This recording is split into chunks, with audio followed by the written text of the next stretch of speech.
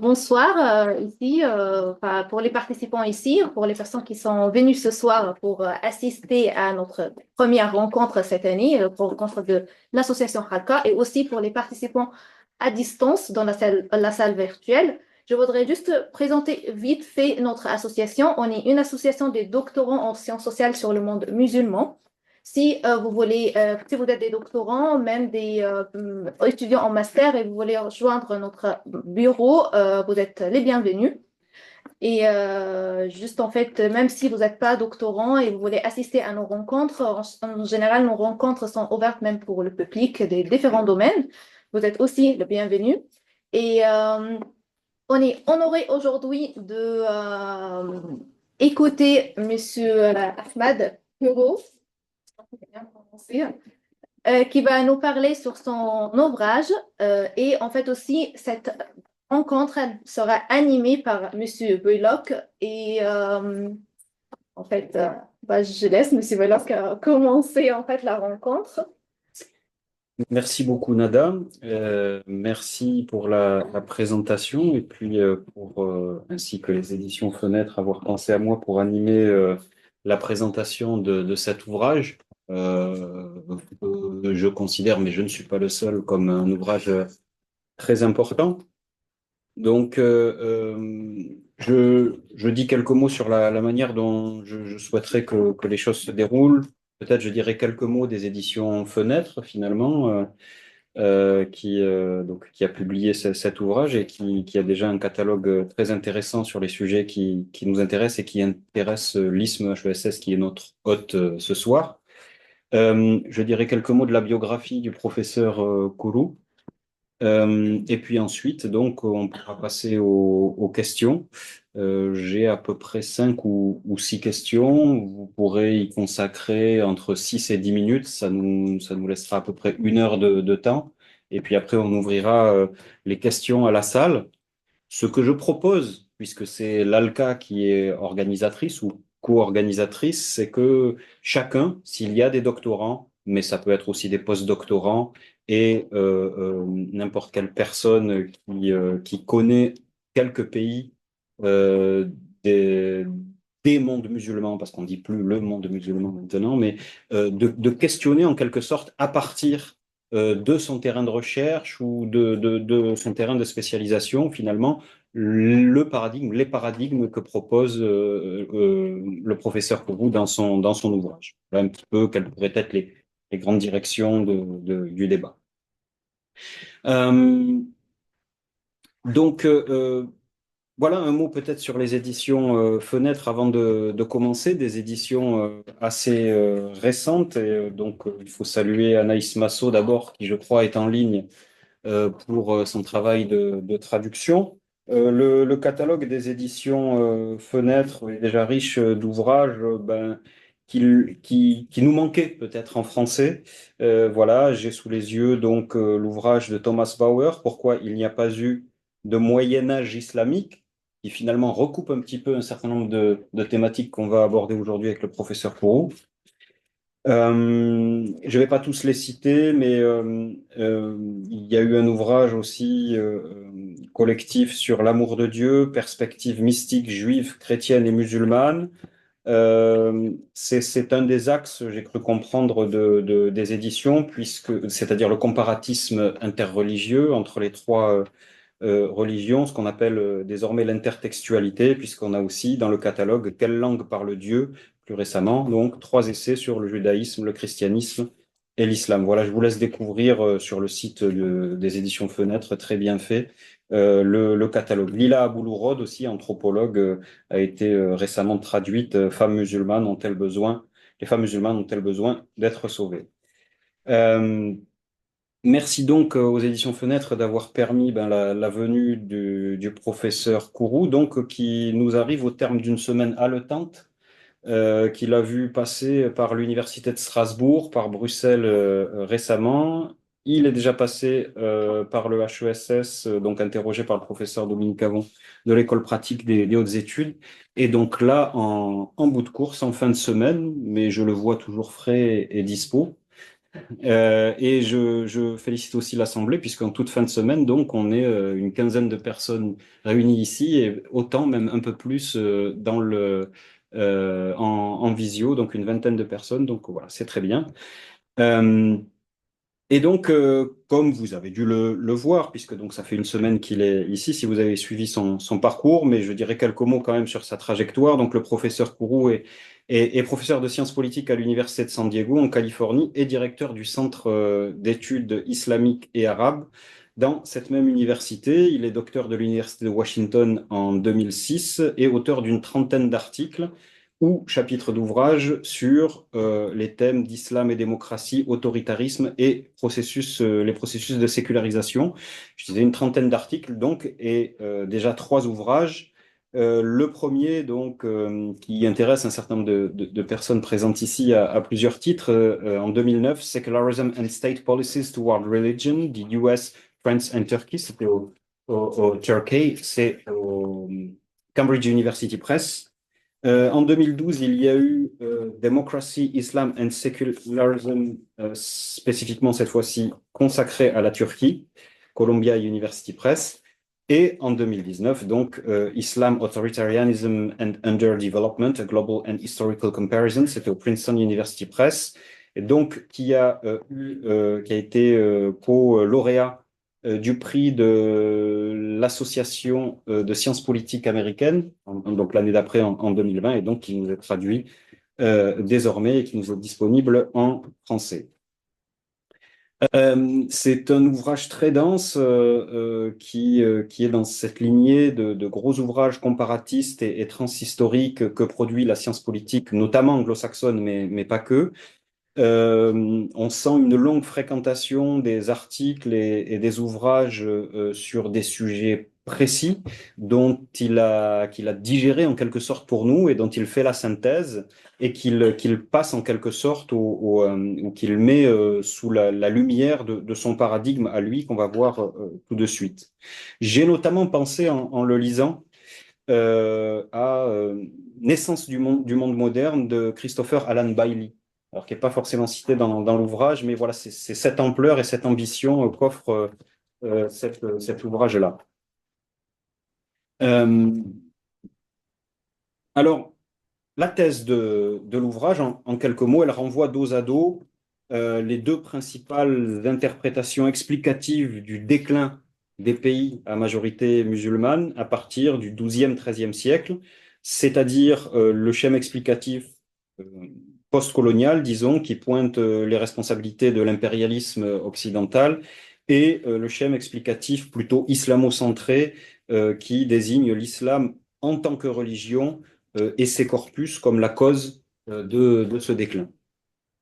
Et donc, bien sûr, donc, le professeur Kourou challenge, met au défi, pardon pour les anglicismes, bon là on me le pardonnera puisque l'ouvrage initial est en anglais, donc challenge un petit peu même beaucoup, ces paradigmes-là.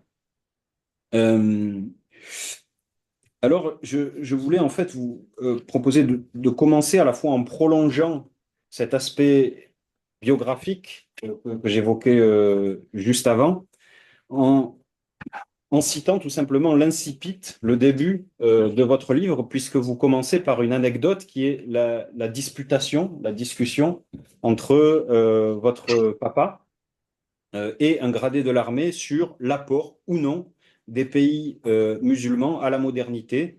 Le gradé de l'armée postulant un défaut de contribution à la modernité, tandis que votre père s'est évertué, lui, votre père, donc, qui était un homme politique important d'un parti de la droite turque, lui s'évertuait à énumérer plutôt les apports, notamment dans le domaine des sciences. Et donc, ce récit que vous fait votre père de cette disputation excite en quelque sorte, c'est ce qu'on comprend, hein, réveille un peu plus votre libido siendi. Et bien sûr, on saute des années et des années de formation, de passage de la Turquie aux États-Unis pour les études. Et puis, on a l'impression quand même que cet ouvrage, c'est une forme de réponse des années après, en vous étant armé de la science, à cette disputation princeps entre votre papa et ce monsieur. Et donc, La première question très générique que je voudrais poser est un peu faussement naïve, donc est plus en amont de cet ouvrage-là, mais et concerne, je dirais, les deux premiers ouvrages qui ensuite ont débouché vers celui-ci. Mais c'est en quoi votre pays d'origine, la Turquie, constitue-t-il un bon point de départ pour examiner ce thème qui vous hante et qu'on vient de mentionner? À savoir où ces thèmes, hein, comme démocratie, autoritarisme, sécularisation, place de la religion, donc de l'islam dans la politique et développement. Oui. C'est la première question. Oui, merci. Merci beaucoup pour professeur Cédric Baylock et Mehmet et Édition Fenêtre et Nada pour organiser. Et je suis très heureux d'être Ils ne nous entendent pas là. Alors, on fait un petit test son. Désolé de vous couper. Est-ce que tout le monde nous entend? Oui, on entend. Oui, on entend très bien. C'est parfait. Allez, Ok. on continue.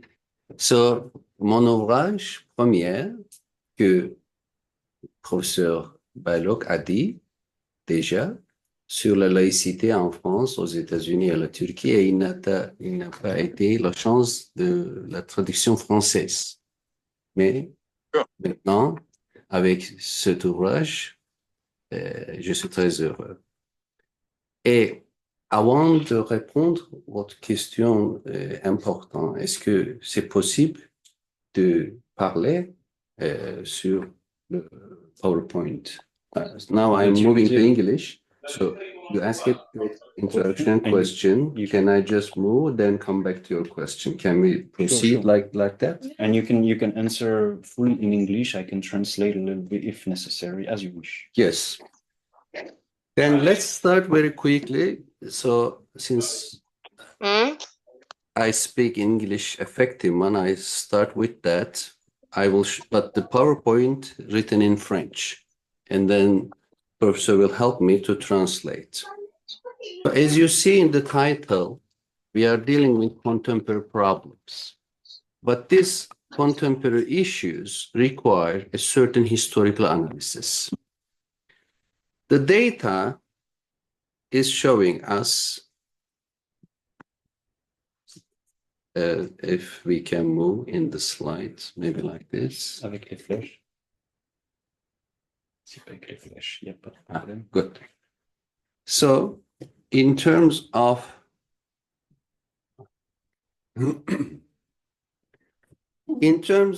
political regime, when we look at the 200 countries in the world, we see that majority of them are electoral democracies. 60% electoral democracies in the world. Whereas, that's okay. Whereas in the Muslim world, it is only 14%. Only a few Muslim majority countries are electoral democracies.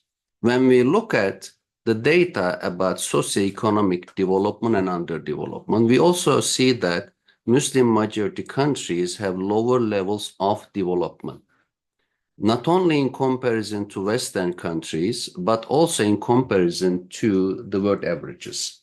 Despite oil money, l'argent de pétrole, you see how GDP per capita overall in average lower in the Muslim cases, as well as the literacy rate, schooling, and the life expectancy. When you put this modern position together with Muslims' early historical achievements, that brings to table a big puzzle. What explains Muslims' golden era of science and economy between 8th and 12th centuries, together with their contemporary crisis? So my Dutch publisher find the title of the book too scientific, and he asked me to change it, proposing The Rise and Fall of Islam, said most popular. I said, then it will be Rise and Fall of Ahmed, because if you put this title, right, Muslims will hate me. I said a more neutral title, still provocative, and then reflecting on them maybe, is The Golden Age and the Contemporary Crisis in the Muslim World. So we agree, and they publish in Dutch version with this title. the golden age and the contemporary crisis. What explains? So today in the academia and among the policy circles, there are two explanations, from scholars like Bernard Lewis to politicians like Donald Trump. They put the finger on Islam. Islam is the problem, and the only solution for Muslim societies is complete secularization, to get rid of religion or make it a completely marginalized thing. I'll take this seriously, and then in every chapter I discuss it. But to summarize, so a very complex question, I would say that Islam was historically perfectly progressive, compatible with development. And today, there are multiple Islams, of course. I visited Indonesia, Malaysia, Pakistan, Bosnia, Morocco, many Muslim countries, and many Muslim minorities in Europe and America show multiple Islams. The second argument is almost the counter opposite, saying that there is nothing wrong with Muslims and Islam. It's all about foreign occupation and foreigners. And this is not only against European modern colonization, but also historical roots to all the way Crusaders and Mongols. So the first presentation I made on this book in Europe was in Oslo Peace Research Institute. And the Turkish ambassador came and asked the question, why didn't you ignore Crusaders and Mongols? Aren't they the real problem? And then I said the chapter 5 in the book is about Mongols and Crusaders. By the way, I don't understand some reactionary attitudes. For example, as Professor mentioned, I've been here in this wonderful country for 10 days, and I went to Belgium too, with very good talks in Brussels, Strasbourg, Lyon, and Paris. But in Strasbourg, the Grand Mosque de Strasbourg canceled my talk. I said, you insisted, why did you cancel? They said, there is a Turkish reaction. I said, the book is not about Turkey. Anyhow, so within the parentheses, I want to say that so some governments, some people, they react, that's normal, but c'est la France, n'est-ce pas? Yeah, so they are influential even this environment. So closing the parentheses, now, the book targets the both position and try an alternative paradigm. The alternative is about class relations, political, religious, economic, and scholarly classes. And the idea is that if these classes have separation and each has some level of autonomy, then the societies are flourishing, becoming creative, productive. And this is not only about Muslim societies, this is a universal argument, because the book tried to show that when Muslims had certain level of separation between religious authority, the so-called ulema, Muslim scholars and clergy, and the political authority, then they flourish. And that was the time between 8th and mid-11th century when Europe had strong clergy-state alliance. Europe did not have a city like Baghdad, did not have a philosopher like Ibn Sina, and Europe didn't have even a dynamic bourgeois class. But after the 11th century, things change. What we see is that if we can see, in the Muslim world after the 11th century, the separation was replaced by an alliance between ulema and state, especially military state, whereas in Europe, the institutionalization of the separation between church and state began, universities were opened, and city-states like Italy and other countries produced a bourgeois class. To quickly summarize, I would say that my argument is not a simple decline in the 11th century. Instead, it is more complicated. So the Muslim Golden Age, at a time when Chinese and Muslims were leading with certain Indians contributing to science and technology. But after the 11th, 12th centuries, there were comparable levels of development. So it is not simply Muslims decline, the West rise. No, it was much longer period of comparable levels. And after the 17th century, we see the rise of European supremacy. So before going to the Ulema State Alliance, let me just once like to say, what do I mean by the Golden Age? It was a time of the cooperation between the savants and marchands, the thinkers and the merchants. And the thinkers were not simply polymaths, but also religious scholars. The polymaths at the time, Khwarizmi produced us algebra, these terms coming from his Arabic book, and other Muslim mathematicians learned from India certain numbers and taught them Europe that we use today as Arabic numerals. Razi was a medical scientist. Ibn Haytham was the inventor of the early prototype of modern camera. Farabi was a musician and political philosopher. Ibn Sina was a philosopher and medical scientist. And Biruni wrote the most comprehensive book on India in medieval times. Together with these polymaths, there were very open-minded Islamic scholars like Abu Hanifa. And these scholars refused to be paid by government. When Abu Hanifa was invited to be a judge, Qadi, he refused. And then Abbasi Caliph became angry and said, how come you refuse me? Give me a reason. He said, I am not qualified. And the leader, the Caliph of the Abbasis says, you are the most qualified. You are a liar. And Abu Hanifa said, a liar can never be a judge. Then they put him in prison. He was poisoned to death. Imam Shafi was tortured. Imam Malik was tortured. Imam Shafi was arrested. Ahmed bin Hanbal was sentenced to death.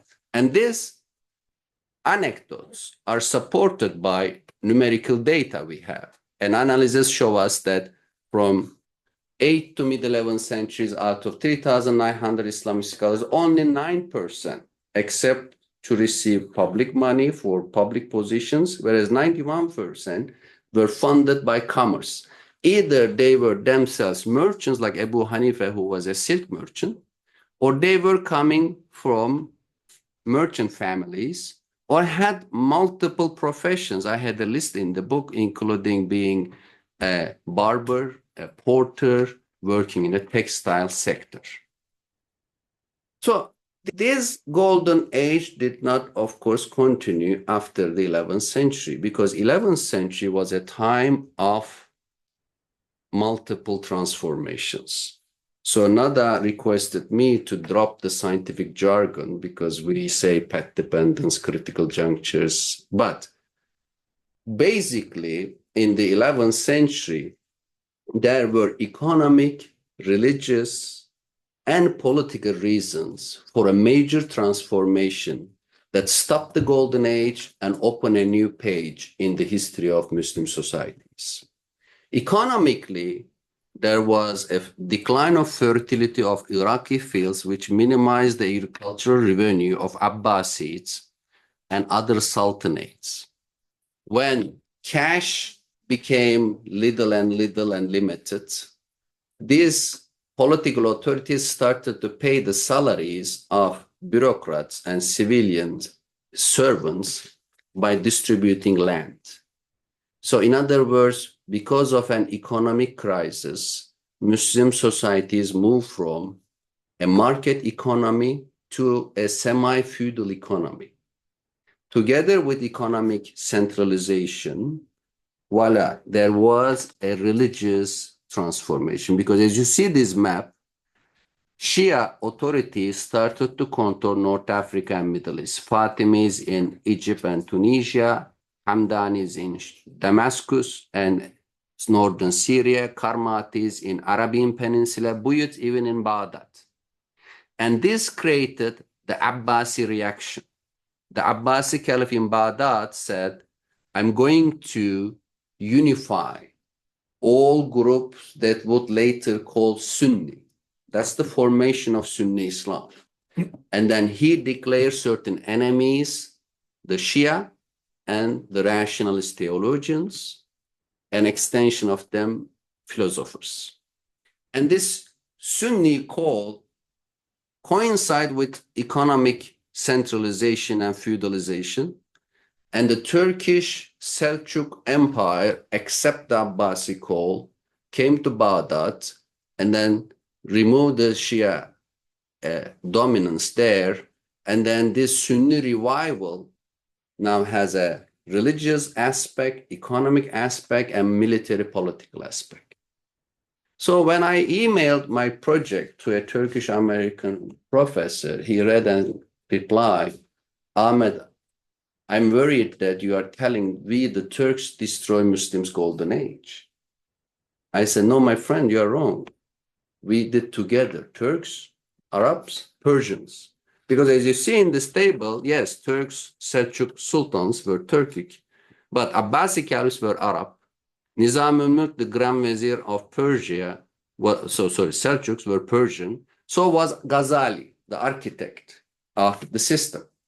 That's why the institutions, madrasas, the Islamic schools, called after Nizam-ul-Mulk as Nizami.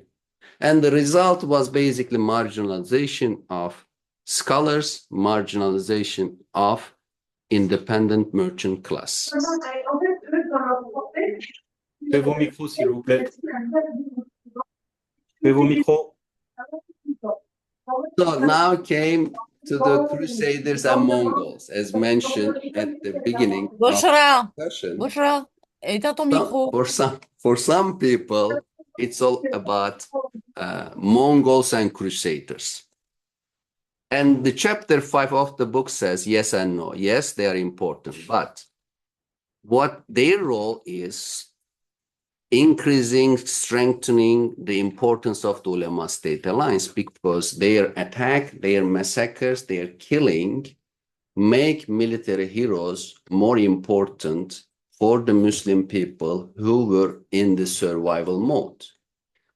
Meanwhile, Muslims still produce eminent scholars like Ibn Rushd, Ibn Khaldun, but these scholars were either marginalized or ignored. Fast forward to the three empires. As you will see, the three empires are important because they show us that it's not all about Mongols and Crusaders, because after Mongols and Crusaders, Muslims establish empires militarily and politically recover, but they never recover scientifically and economically, because when Europe used gunpowder, printing press, and nautical compass for its rise, Muslims during the three empires only pick up gunpowder. They waited 274 years because of the lack of bourgeois class printing books and regarding it as a commodity, because of ulama's concern of the printing press challenging their hegemony. And the result is the low literacy rate in the Muslim world. And then came, of course, colonization, making reform more and more difficult. Muslim thinkers and leaders try to reform, from Turkey's Mustafa Kemal to Egypt, Jamal Abdel Nasser.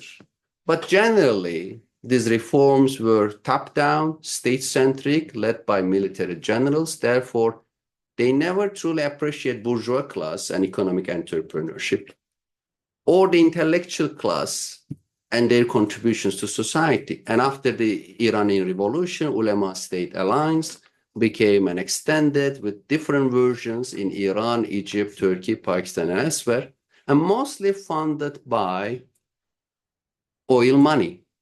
And I calculated the oil revenue in all 200 countries in the world. And the countries that are heavily dependent, top 28 on oil, and then 75% of these countries are Muslim majority. That's how oil money as a rent is funding ulema state alliances in modern times. So to summarize, Islam is not the culprit. Colonization is not the primary reason. Institutions matter, but who built the institutions? The Ulema State Alliance, with its ideology and power, built institutions that make Muslim world more authoritarian and less developed. And finally, I would like to say whether I am optimistic about the future. I am, and that's why I choose this beautiful Renaissance painting to emphasize how Greek philosophy of ancient times, how Muslim philosophy of medieval, and how Renaissance in modern times were connected, they are together. And I insist on translations to use the painting. The German translation didn't use because they say we don't use images. In the Arabic translation, I say, why did you use this image? Don't you see the silhouette there? They say, yes, the silhouette is an art. It is the tyrant supported by the ulama beneath it. And I say, but it's too dark as a book cover. They say, because your book is an obscure book. It's a dark book. It reflects it. So I hope you don't find my argument obscure and dark. I'm trying to promote hope and optimism. Thank you. Donc, merci pour ce premier grand panorama à travers la problématique et vos arguments. Je pense qu'on peut partir du principe qu'à peu près tout le monde comprend ou a compris l'anglais. Il y avait des slides certaines qui étaient en français. Vous avez du reste, à travers ce panorama, répondu peu ou prou au moins à mes deux premières questions, mes questions 2 et 3. La première, la toute première que j'ai formulée, pas encore, mais je vais justement vous laisser le temps de le faire. Bon, normalement, les traductions, c'est voilà, par petites sections de 30 secondes. Hein. Là, ça fait longtemps que M. Kourou parle, donc voilà, vous aurez compris que il a brossé à grands traits d'abord. Alors, il est parti des indicateurs que vous avez eu sous les yeux, de taux d'alphabétisation, de niveau d'éducation, de revenus moyens. Et à partir de là, bon, il s'est rendu compte que la plupart des pays à majorité musulmane étaient en décrochage important par rapport à l'Europe de l'Ouest. Donc, d'où la question, bien évidemment, comment est-on passé de l'âge d'or à cette crise contemporaine?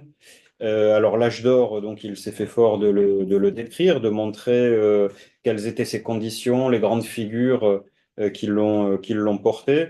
Et alors là, je ne vais pas revenir là-dessus, mais donc il a d'abord cité les deux grands schèmes explicatifs de ce déclin qui ont longtemps prévalu et proposé son propre paradigme qui, vous l'avez compris, donc est centré sur la dynamique des classes sociales et de leur développement et comment dire, les situations dans lesquelles ils se trouvent. Favorable donc à la créativité et à la productivité. Donc il tord le cou, si vous voulez, aux deux paradigmes dominants et propose une autre alternative. Outre la question des classes sociales, c'est aussi la position des savants, vous l'aurez compris, par rapport aux différents régimes politiques qu'il a intéressés et auxquels sur lesquels il s'est penché.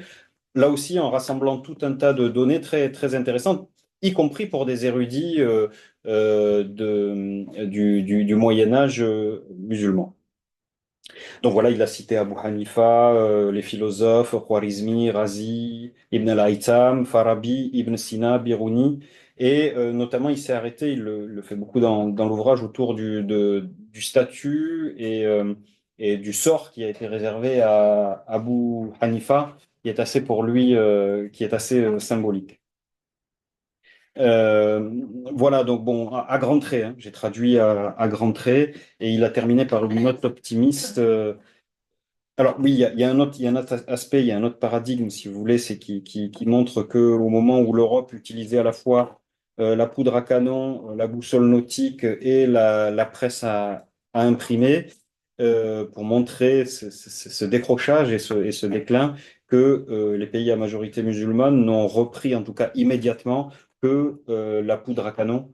Mais bien plus tard, la presse a imprimé, il ne l'a pas dit là, mais dans l'ouvrage, il dit que c'est 250 ans à peu près après, et ce qui explique...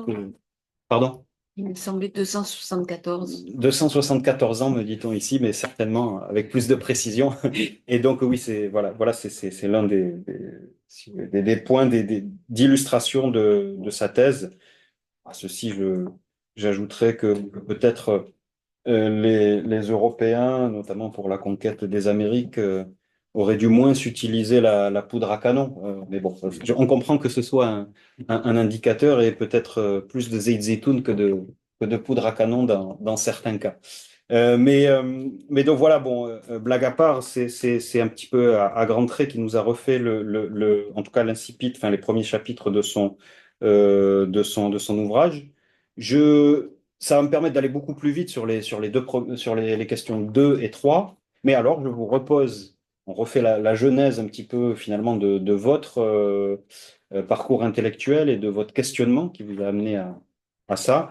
C'est en quoi votre pays d'origine, donc la Turquie, constitue-t-il un point de départ intéressant, important pour examiner ces thèmes-là, en tout cas dans les deux premiers ouvrages, mais débouche sur le troisième.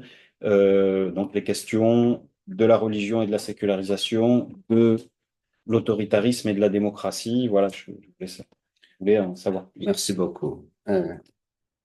Very quickly, I will answer your very complex question about Turkey, where I was born, and then I wrote my first book. I was too much focusing on Turkey, together with Hillary Clinton, European Union leaders, many people in the West. I refer to Hillary Clinton because during the Arab Spring, she said, we expect Arab countries to model Turkey. Or Times Magazine came with the cover page, Erdogan, can he save the Arab Spring? And there was always this idea, even Bernard Lewis, he said, can Turks be a model, finding a way between their Ottoman legacy and then their modern secularization? After September 11, I don't know France, but in America, there was very high expectation of Turkey. And then Turks have the grandeurs that, oh yes, one day we will really create something big. It will be really big. Okay. And then what is it? How is it possible? And I was thinking that Turkey should solve this secularization puzzle, because if you want to be the role model for Muslim world, you should be Muslim. So you can't be role model for Muslim without having a fight with Islam, right? Then in my secularism book, I had a matrix table. I said, in America, people are religious, and there is passive secularism, tolerating religiosity in public sphere. Therefore, there is a compatibility. I don't see a big clash there. In France, there is more assertive secularism, sometimes laïcité de combat, sometimes different form. But the public life is not so secular. People's attendance to church, if it is 50% in America, 10% in France, I don't see a big crisis. But the really, really big crisis out of the three cases was in Turkey, to make the long story short, because, for example, the headscarf ban in France, it is in public schools, whereas in Turkey was public and private schools, universities and certain institutions, despite the fact that 63% of women wearing headscarf. And I don't see this sustainable. And then I wrote the book with certain critique of laicite, and in 2012, the Constitutional Court invited me, saying that we just made a court decision that the exclusionary secularism will no longer be effective. Turkey will have more liberal version of secularism, and we use your book. I said, oh, that's good. That's very good.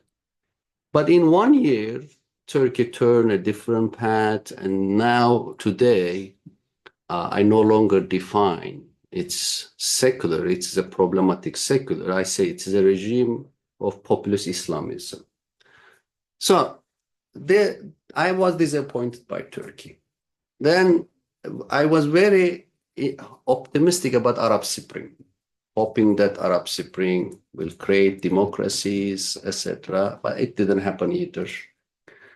So then I understand that the problem is deeper. It's not simply some constitutional articles, some legal reforms, etc. But we need a cultural analysis, historical analysis. So this is how I wrote the book. After I wrote the book in the last 5 years, I've been in contact with so many different countries, showing me that if Turkey is not really playing a major role, there are alternatives. For example, Indonesia now is intellectually much more dynamic country than Turkey. And there is a very important debate in Indonesia. And Bosnia and Senegal have higher scores of democratization right now. So this is my complex relations with Turkey.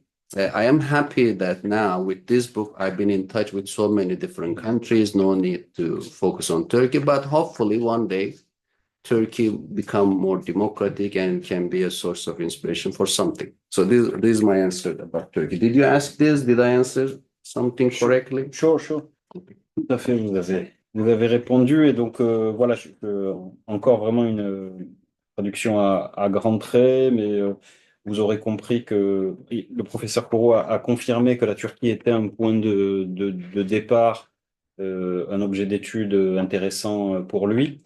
Et il a commencé en disant que la Turquie a été, notamment au moment des 10 printemps arabes, 2010-2011, fin 2010-2011 et par la suite, la Turquie pouvait être présentée, y compris par Hillary Clinton ou quelqu'un comme Bernard Lewis, comme un modèle éventuel pour les pays arabes qui étaient en situation de déclin socio-économique et de révolte.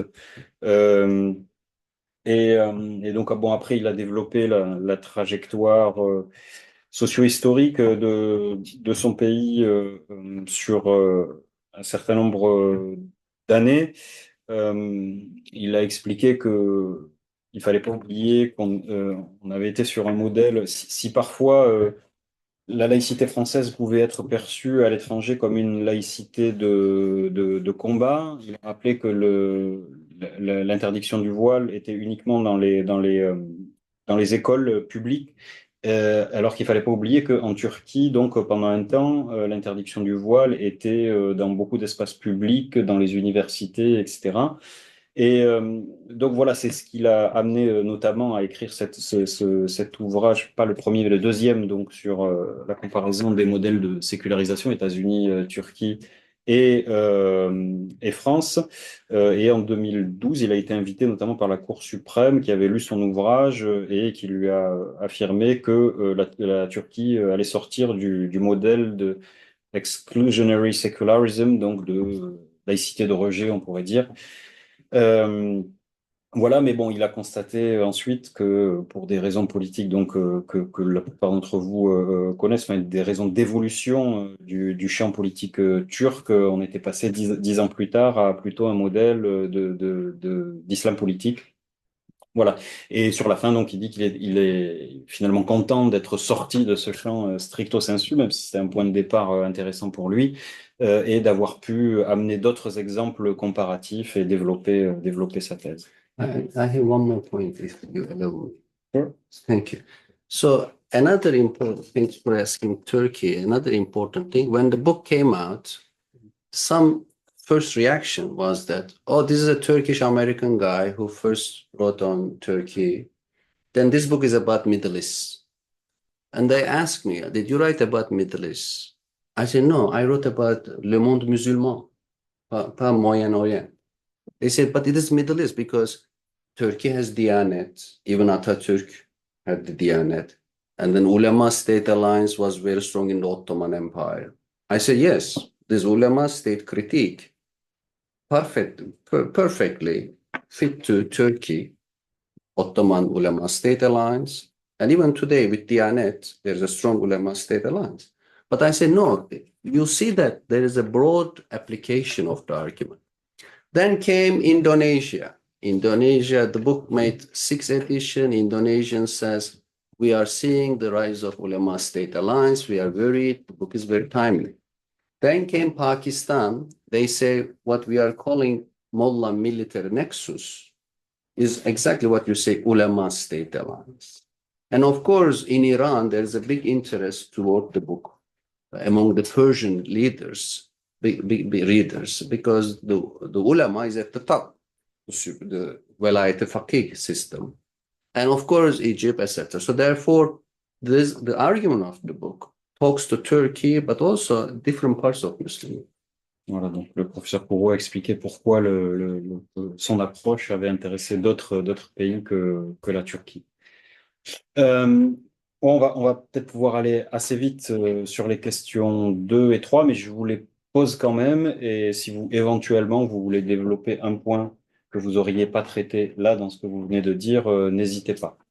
La deuxième question, donc, c'était que, puisque vous voulez y aller progressivement, donc, il y a plus de 10 ans, c'est peut-être à lui que vous faisiez référence tout à l'heure quand vous parliez d'ailleurs d'un professeur turco-américain.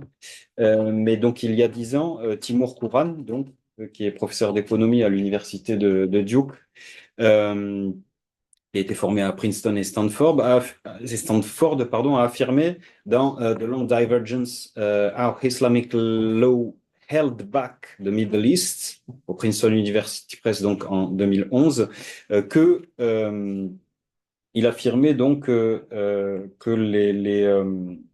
c'est la dimension normative de l'islam dans les domaines notamment de l'héritage, de la finance, des contrats, mais aussi des lois régissant les limites de la production intellectuelle, etc., qui ont rapidement bloqué les possibilités de développement économique et débouché sur la corruption, le népotisme et la faiblesse des institutions publiques. Ça est déjà en grande partie répondu parce que la question était qu'apportez-vous de nouveau, en quelque sorte, à cette approche qui avait fait pendant un temps autorité. Voilà. Merci beaucoup. So Timur Kuran is a very eminent scholar, also a good friend, and his book is important. His book can be seen as an example of institutionalist approach, similar to Daron Acemoglu, who recently wrote Why Nations Fail. For them, institutions matter. And by institutions, they generally refer to law. So, for example, what explained the rise of Europe? The Glorious Revolution. Excusez-moi, but for them, Glorious Revolution is more important than French Revolution. Essentially, I'm not telling that, they are saying. A century before French Revolution, Glorious Revolution in England made property rights something almost sacred. And this institution made England first flourish, then the rest of Europe. I'm, of course, making a simplistic summary. Timur Kuran approach similar, saying that the institutions, the law, and Muslims had problematic law on this and that area. My position and argument is different, is a friendly critique, because at the end of the presentation, I also said, who built institutions? Human beings. Who are the human beings? The social classes. In the Muslim world, religious and political class build institutions. That's the problem. Otherwise, institutions themselves don't create themselves. So for Timur Kuran's position, my critique is that it's not the Islamic law that hinder Muslim development, but ulama and state use the law in a way that hindered democracy and development. Because, for example, let's take the idea of property rights. After England put property right on the code book, almost every country, maybe not China today, but most countries put it property right is essential, or human rights, or religious freedom, or freedom of speech. The laws are in the books, but they are not enforced. They are rarely enforced because you need a power behind it to enforce the law. And in England and elsewhere, the bourgeois class enforced the law. Whereas in the Muslim world, since there is no bourgeois class, no intellectual side, ulama state alliance imposed different institutions. So this is my difference from Timur Kuran's argument, if I was able to explain. Parfait.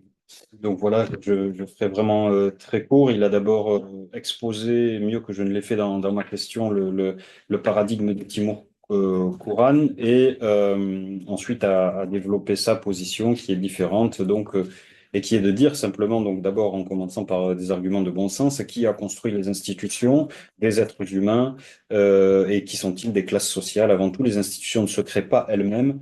Ce sont les oulémas et les institutions politiques qui ont créé les lois, les normes, et qui en ont fait, ces normes et ces lois, des freins aussi bien au développement, pour résumer, qu'à la liberté sous toutes ses formes.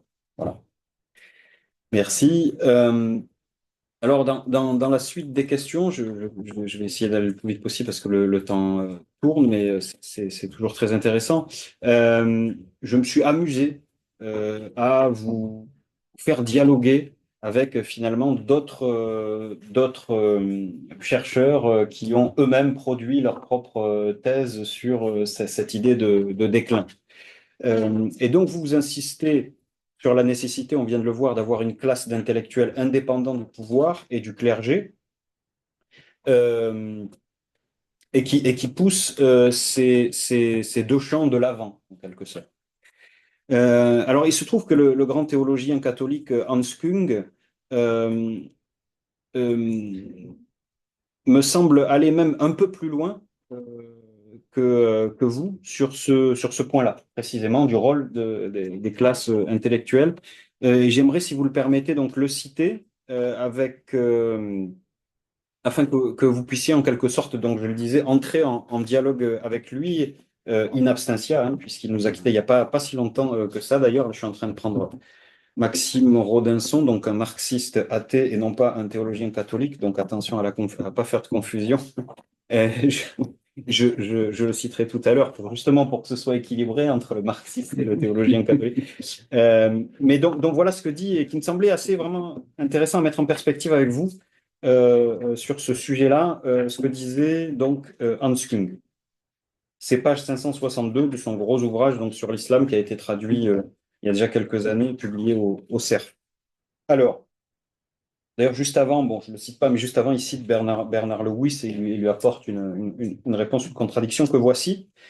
Nous ne devons pas en rester à la surface des choses. Il y a écrit dans la traduction à la superficie, mais je pense des choses, mais je pense que c'est une mauvaise traduction. Nous ne devons pas en rester à la surface des choses en attribuant le retard de l'islam aux seuls facteurs économiques, politiques et militaires, mais il faut aussi creuser la dimension spirituelle et intellectuelle, celle de la philosophie, de la théologie, du droit et de la mystique. Parle en tant que théologien catholique à partir de sa sensibilité. Le désir de victoire militaire, de bien-être économique, de liberté politique s'accompagne d'une aspiration à connaître, à savoir et à comprendre. Les idées neuves et les innovations ne peuvent surgir que dans une culture de la curiosité intellectuelle. Et je terminerai donc par ce passage-là. Ce retard ne date pas seulement de l'époque moderne européenne, mais il remonte au XIIe siècle. Là, ça fait écho très directement à votre schème.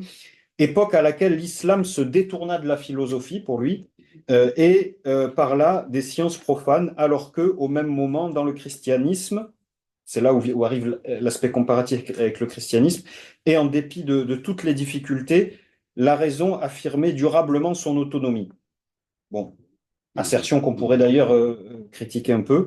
Dans le monde islamique, termine-t-il, cela rendit impossible tout renouveau de la pensée et de l'action, tua la créativité, mit un frein au dynamisme de la culture, de la science et de la technique islamique et repoussa pour des siècles la naissance de l'intelligence. Sur la fin, voilà, il ne va pas avec le dos de la prière.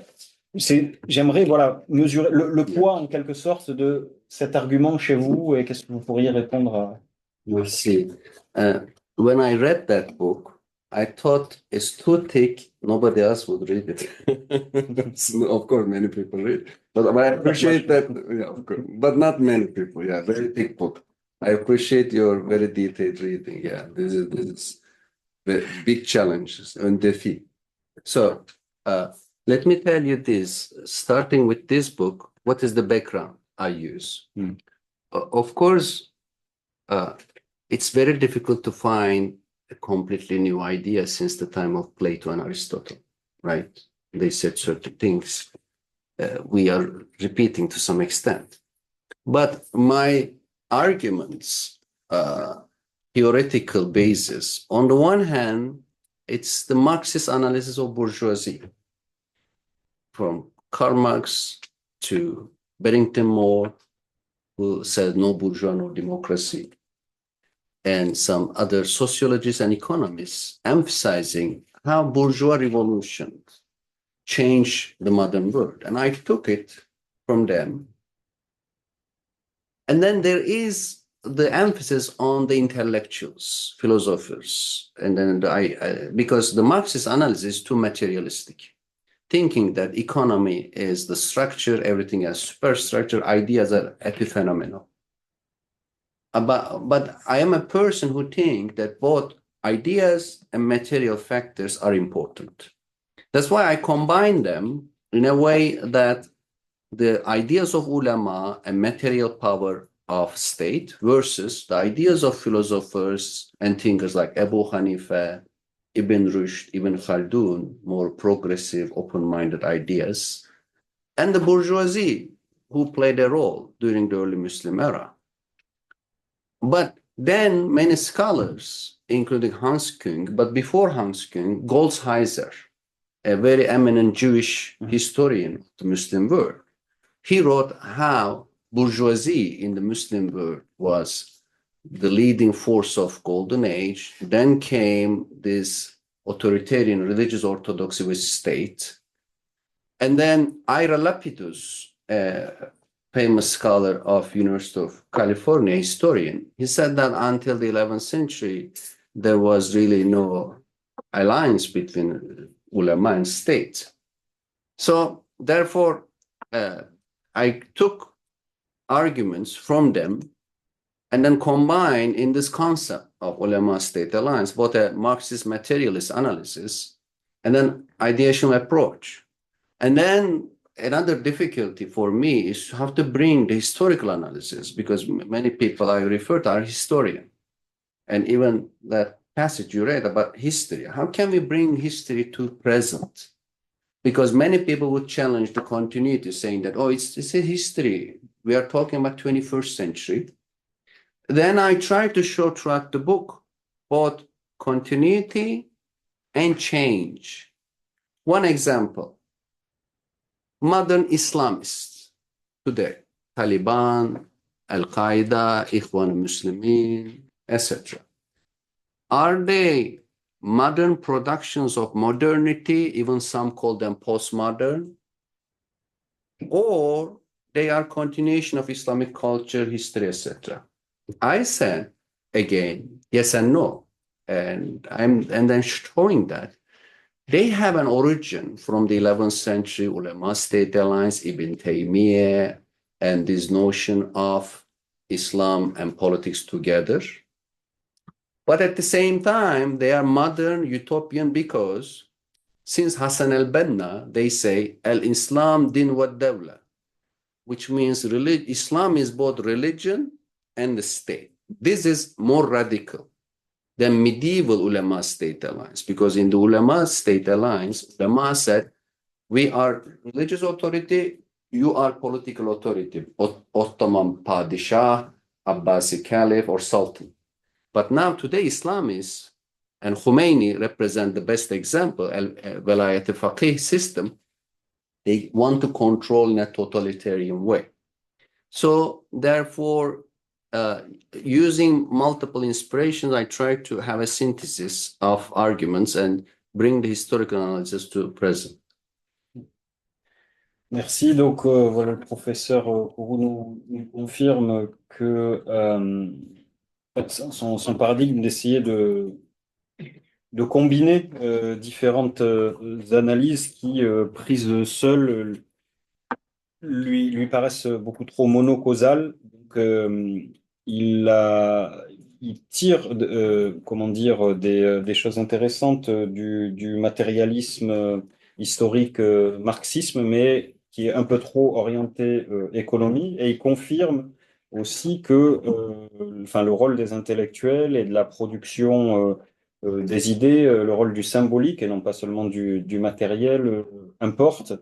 Voilà. Et donc, pas trop matérialiste comme les marxistes et pas trop idéaliste comme voilà, les théoriciens des idées, mais il essaie de combiner, de trouver une approche voilà, qui correspond à ce qu'il pense être la réalité de la cinétique, en quelque sorte, de la civilisation musulmane.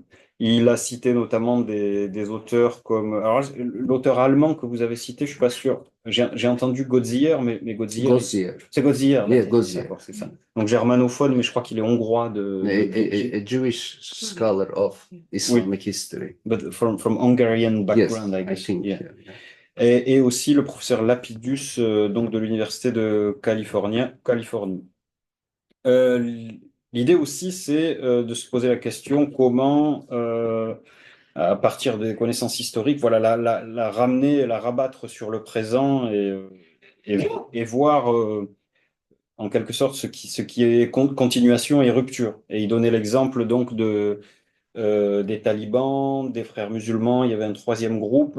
La grande question, c'est sont-ils des produits de la modernité ou des créations de la modernité ou des produits du passé? Et donc, le professeur Kourou affirme que c'est les deux. À la fois, il y a une genèse ancienne, par exemple dans certaines idées que porte Hassan el-Banna et qu'on retrouve dans les théories politiques anciennes, mais ce sont aussi des utopistes modernes par de nombreux aspects, pour résumer. Alors, peut-être c'est l'occasion de, de, de continuer sur cette question des idées et du rôle des idées dans l'évolution des sociétés à majorité musulmane et des courants de pensée, et notamment religieux. Euh, et donc,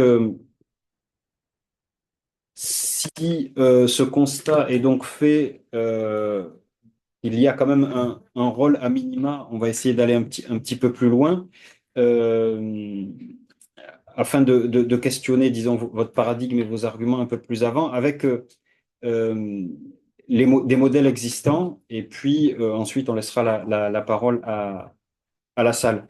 Alors, justement, à titre personnel, je m'intéresse justement au courant réformiste chez les musulmans en France et en Europe, et les réponses qu'ils apportent à ceux qu'ils identifient comme des problèmes au sein de l'islam contemporain. Donc, ils répondent à ces problématiques en tant que musulmans situés dans des pays à majorité non musulmane, pays sécularisés. Euh, et alors, je voudrais citer l'un d'entre eux qui, d'ailleurs, n'accepterait probablement pas le qualificatif de réformiste. Euh, je vais le citer d'abord et donner la référence après. C'est dans un essai qu'il a publié aux éditions Al-Bourak, qui sont des éditions donc, musulmanes assez connues ici en France, dans un ouvrage intitulé Le combat de l'esprit. C'est le journaliste Fouad Bahri et essayiste, qui d'ailleurs écrit sur Mizan Info, qui est tenu par des franco-turcs, je crois. Pour faire un petit peu la genèse de... Et donc, voici ce qu'il dit. J'aimerais savoir ce que vous en pensez là aussi, en quelque sorte, à quel degré vous poussez le curseur sur ces questions-là de rôle, de poids des courants musulmans dans les dynamiques que vous décrivez. Et donc voici la citation. Depuis la victoire historique de l'atharisme, ATHARI, SME, le traditionnalisme en fait, sur les partisans de la raison, tant au plan juridique que théologique, le aql a incontestablement été disqualifié dans le contexte religieux. Pour lui, il y a une marginalisation de la religion dans le champ religieux. La marginalisation de l'école d'Abu Hanifa, c'est aussi ce qui me semble intéressant, puisque là, on a un écho direct, et vous le citez donc souvent dans le livre. Donc, partisan du jugement personnel du juriste, fondé sur la raison ra'i ou aql, au profit d'autres écoles et surtout l'influence d'Ibn Hanbal sur la disqualification, hein, donc à contrario, de la raison, de la théologie rationnelle et de la discussion savante, disciplines et approches rendues caduques par la révélation, témoignent, alors là c'est son commentaire, témoignent de ce paradigme de l'imitation servile et coupable et de cette démission de la responsabilité al-Masouliyya des clercs musulmans, un sens de la responsabilité que le questionnement implique et que la raison impose. Et donc, il fait même comment dire, l'étymologie du mot masouliya qui vient d'une racine qui peut signifier aussi questionnement, se questionner sur le questionnement critique. Donc, la question à partir de cette remarque, c'est voilà, finalement, quel poids dans l'ensemble de votre chaîne explicative vous donnez à ce genre de problématique qui est soulevée ici donc par l'essayiste intellectuel musulman français Fouad Bahri. Merci, c'est un exemple parfait pour expliquer mon argument. Mhm. Once again, I would say right but incomplete. Mm. I agree with almost every word there, but I want a continuation because what we are seeing in the Muslim world or in any country is not simply an ideational struggle. There is a major structural issues related to power politics. Even if you have good ideas, at the end you may end up with in a different side.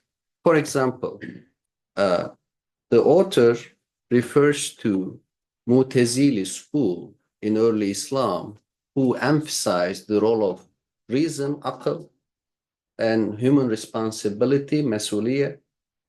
And this Mu'tazila school was very influential, but they made a big mistake. They collaborated with the Abbasi Caliph to some extent. Then the Abbasi Caliph Ma'mun imposed an inquisition saying that this rationalist Islam should be accepted by everyone. Then it was wrong and it created a backlash and it makes Ibn Hanbal and literal formalistics that the author rightly criticized, this make them more popular.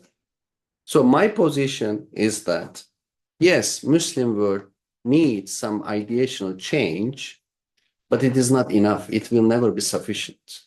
We need a major systematic change with institutions, with power politics, with the relations between the four classes.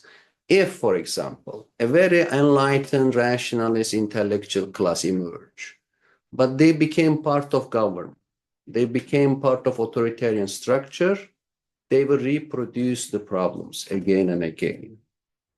And yes, the scholars he refers to are very open-minded. For example, he referred to Abu Hanifa, who said Muslims can translate the Quran and even use them in their daily prayers.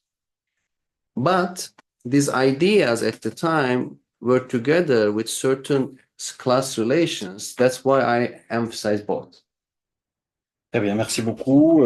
Voilà, donc il a, à partir de cette citation, indiqué que c'était correct mais incomplet de nouveau, et donné plusieurs exemples et arguments. Notamment, il a exemplifié avec l'exemple Mu'tazilite, donc qui passe dans l'histoire pour le courant le plus rationaliste de l'islam, mais qui a commis l'erreur de se mettre sous la coupe du calife abbasside, qui a lui-même imposé l'approche rationaliste de l'islam et occasionné par conséquent une sorte de backlash qui a finalement plus nourri les retours de bâton. C'est la traduction de backlash, notamment des partisans d'Ibn Hanbal. Et donc en terminant, en disant que c'est d'un changement plus systémique que les mondes musulmans ont besoin. Donc, j'ouvre vers la partie question en quelque sorte en invitant, comme je l'ai dit au début, à finalement essayer de questionner votre modèle à travers des exemples précis de pays existants, puisque vous citiez, alors comme vous l'avez cité, donc je Puis j'ai dépassé mon quota de citations déjà, donc je ne vais pas citer Maxime Rodinson, mais je vais quand même mentionner son nom. Je ne sais plus d'ailleurs si c'est Maxime Rodinson ou Barrington Moore lui-même, Rodinson cite souvent de toute façon, euh, qui sont tous les deux en plus donc des tenants, vous l'avez précisé, du matérialisme historique marxiste, qui écrit qu'en général, on accepte d'abord les éléments de la culture technique importés d'autres zones, d'autres pays, d'autres réalités socioculturelles du monde, avant d'adopter au moins pour partie la culture et le mode de vie de ces endroits d'où on emprunte les réalités techniques. Et puisque de toute façon, la technique change les modes de vie. Alors la question, c'est, n'est-ce pas ce qui s'est passé dans, par exemple, les pays du Golfe depuis au moins 3 décennies maintenant? C'est-à-dire que ces sociétés changent à grande vitesse, ça c'est un fait, mais du moins économiquement, après tout un tas d'indicateurs, comme par exemple des indicateurs matrimoniaux, le nombre de mariages, l'âge d'avancement le recul plutôt de l'âge du mariage, le taux de fertilité, etc., etc. Et ces sociétés, par ailleurs, prouvent qu'on peut se développer économiquement et des sociétés peuvent avoir un haut niveau d'alphabétisation, niveau d'études également, mais rester des sociétés autoritaires et peu enclins, pardon, au pluralisme politique ou religieux. Et au plan culturel, un peu plus. Il faudrait bon, rentrer dans le détail, etc. Donc, voilà, par exemple, à travers un exemple que je jette comme ça, on pourrait donner après plus tard d'autres exemples, mais comme ça permet d'ouvrir. Voilà. Merci. Et j'ai besoin d'une heure. Il nous So, reste- on doit terminer à quelle heure but normalement? very quickly Il then. nous reste un quart d'heure. So this is an excellent question. I was in Dubai and Mecca, Medina a few months ago. So what I observe when I'm reading about the Gulf, and I live in Qatar for a certain period of time, it shows the duality. On the one hand, they are changing, of course. They are building university campuses in Qatar, Kuwait. Dubai is becoming a hub of customer and capitalist way of life. And Saudi Arabia even changing now. But this time I am asking to material modernization. Is it enough? No. Without the ideas, without the theory, it's not enough. And referring to your first question, I think the problem in Turkey was also the lack of theory. There was material, everything ready, European Union membership, geography, financial economic growth, but not the ideas. So, and then Gulf now has money, they want to change. If you ask me, will they be successful? No, because they need more philosophy, they need more ideas. Récemment, il y a eu un colloque international de philosophie en langue arabe à la Mohammed Ben Zayed University d'Abu Dhabi. Okay. Voilà. Je pense que tout le monde a à peu près compris. Voilà, c'est que oui, il y a des changements, mais peut-être encore trop en surface et trop justement sur les questions matérielles et qu'il y a besoin de changements plus en profondeur et au niveau des biens symboliques et du pluralisme, etc. La parole est à la salle, d'abord ici en présentiel et puis soit on va prendre 2, 3 questions ici dans la salle. Et puis ensuite, ceux qui sont toujours avec nous, merci d'être restés d'abord. Et ensuite, prendre des questions soit par écrit que Nada va nous lire sur le chat, ou soit vous ouvrez tout simplement votre micro et vous posez la question. Donc, on prend 2, 3 questions dans la salle et puis on arrive à vous tout de suite après. Dans la salle, y a-t-il des questions? Et n'hésitez pas à vous représenter. You have your comment? Oui. Alors, en fait, juste. Oh oui, pardon, désolée. J'avais vu d'abord Je l'avais pas vu. si mon rôle sert encore à quelqu'un. Et puis après, Nada, Oui, bien sûr. monsieur. Oui, moi la question que j'aurais serait vous avez pris des indicateurs sur l'ensemble des pays musulmans dans le monde, si je ne trompe pas, au début de Yaborama. Mais ce modèle que vous décrivez, ce modèle historique d'alliance entre les ulama et les États militaires, vous avez parlé de l'Empire abbasside, vous avez parlé de l'Empire ottoman, mais est-ce que ce modèle d'alliance entre classes sociales vaut aussi pour les marges géographiques du monde musulman? Je pense à l'Afrique de l'Ouest, à l'Asie du Sud-Est, par exemple, hein, enfin, qui ont des marges géographiques, mais pas démographiques en l'occurrence, puisque là, l'Indonésie, la Malaisie, c'est massif en termes de population. Mais est-ce que ce modèle vaut aussi pour ces pays-là qui, voilà, n'ont pas connu a priori le même développement historique que ça soit pas que ça dans ce qu'on entend par le Middle East, le Moyen-Orient? Merci. On peut prendre un groupe de 3 Oui, questions si oui, vous gardez c'est en bon. mémoire. And do we have Nada? 10 minutes or more? More, More, okay. 15 Okay, minutes. good. 20. Thank you. Et Nada, et puis après Bartholoméo et Madame, je crois. Et après, on passera. Ok, merci pour l'intervention. C'était vraiment Merci très pour utile. le Je vous en prie. Juste en fait, j'ai une question peut-être par rapport à l'Azhar en Égypte. Comment vous interprétez cette relation? Parce qu'en fait, vous avez toujours parlé sur l'alliance entre les ulamas et l'État, mais en fait, la relation entre l'État et l'Azhar, c'est pas pareil. Et on voit ça clairement, surtout après 2011, que à chaque fois, on a l'impression que l'Azhar quand même prend des positions politiques et il est toujours en relation adversaire même avec l'État ou le pouvoir politique. Comment vous interprétez cela par rapport à votre thèse sur l'alliance entre l'État? Bartholoméo. Oh, merci, hein, c'était très riche, très dense. Et moi, j'ai une question, c'est bon, c'est un peu est-ce qu'une banalité parce que c'est déjà posé plusieurs fois, mais est-ce que cette réflexion philosophique avec d'autres moyens, est-ce que c'est pas en train de se faire en dehors des pays à majorité musulmane?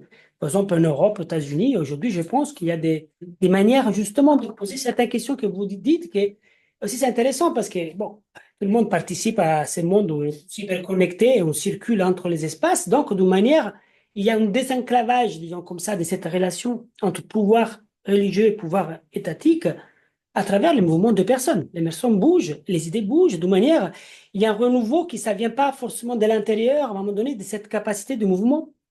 Et bon, j'aurais envie presque de vous ramener dans les mosquées que je visite, dans les lieux où on voit aussi, encore une fois, souvent, même dans les lieux, dans les villes sur lesquelles je travaille, je fais beaucoup d'ethnographie dans les villes sous l'islam, les prisons musulmanes, on voit que beaucoup de choses ne se passent pas forcément dans le lieu où il y a une autorité religieuse, mais ça passe justement à côté, justement parce que c'est une manière de répondre à un besoin des personnes qui ne sont plus.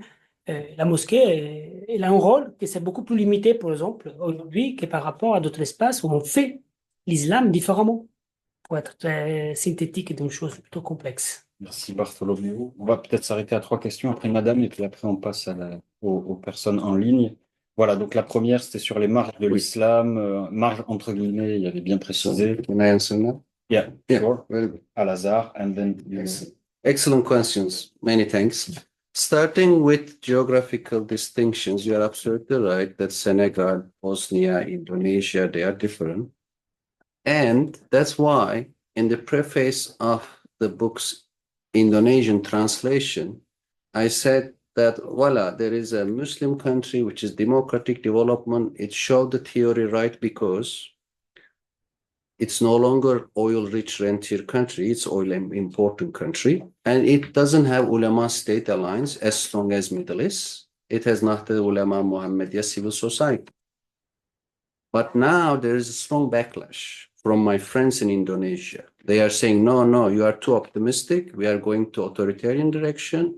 We are establishing ulama state alliance. Your book is timely as a warning, but we are going there to that path. That's what I would like to say, very, very brief, because we are limited. About Egypt, it's very interesting that the Sheikh of Al-Azhar, Tantawi, they are trying to put a distance with Sisi and challenging. And I find this helpful. I find this good.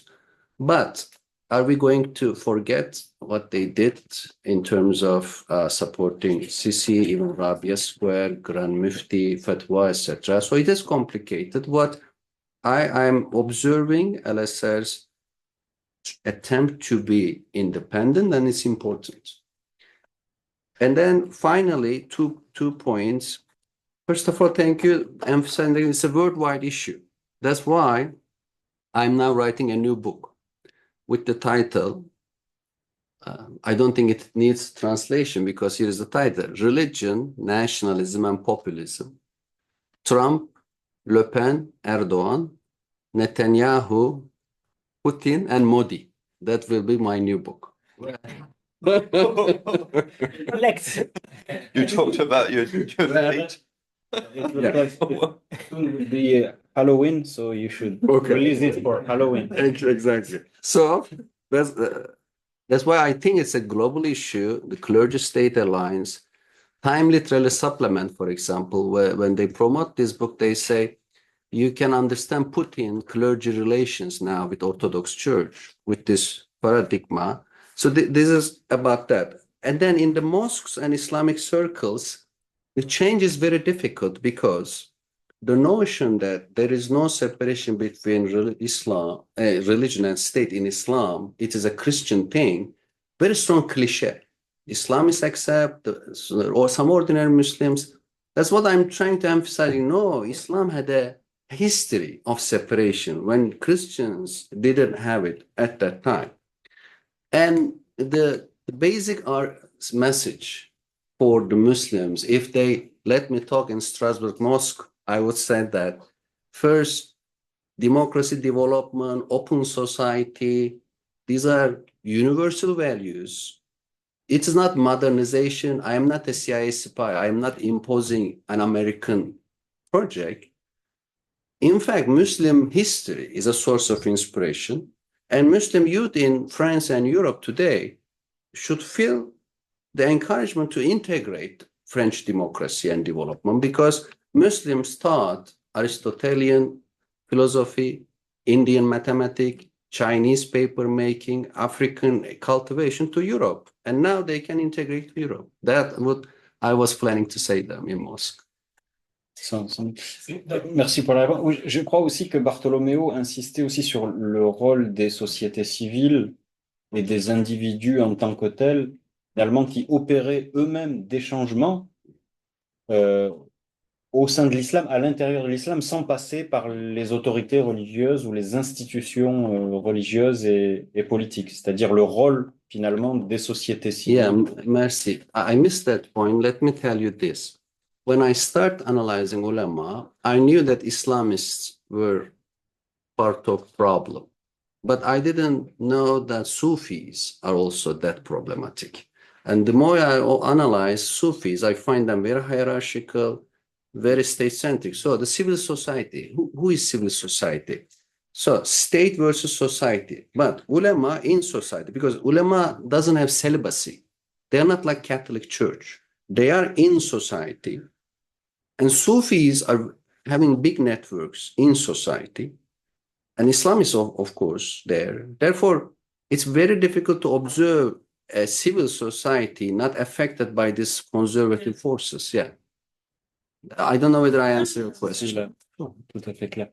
Donc, une dernière question ici dans la salle, et puis après, tout de suite après, vous pourrez ouvrir vos micros, ceux qui veulent poser de vive voix des questions. Donc et ensuite, Nada lira aussi en suivant les questions qui se trouvent dans le chat. Madame? Oui, une question très rapide. Je voulais parler de la différence entre la liberté de religion et la liberté de conscience, qui est aussi de n'avoir aucune religion. Oui. C'est très important. So, in my country, United States, for example, now there is this debate that it should not be simply religious freedom, but freedom of conscience. That's why the blasphemy laws and apostasy laws should be abolished in the Muslim world. Promote freedom of conscience, as you emphasize. Rapid answer, your rapid question, but thank you, it's very important, the difference. Professeur Avon, avec qui vous avez, je crois, parlé, a écrit un livre très intéressant sur la liberté de conscience. Merci. Qui va être bientôt traduit en arabe, une partie traduite en arabe. Par l'Institut français d'islamologie, donc j'en profite pour placer, voilà, où je suis chargé de mission, et qui a un excellent DU islamologie qui met à la disposition de ceux qui le souhaitent le meilleur de la formation islamologique française. Les inscriptions pour le DU sont encore ouvertes si vous le souhaitez. Vous pouvez aller sur le site internet.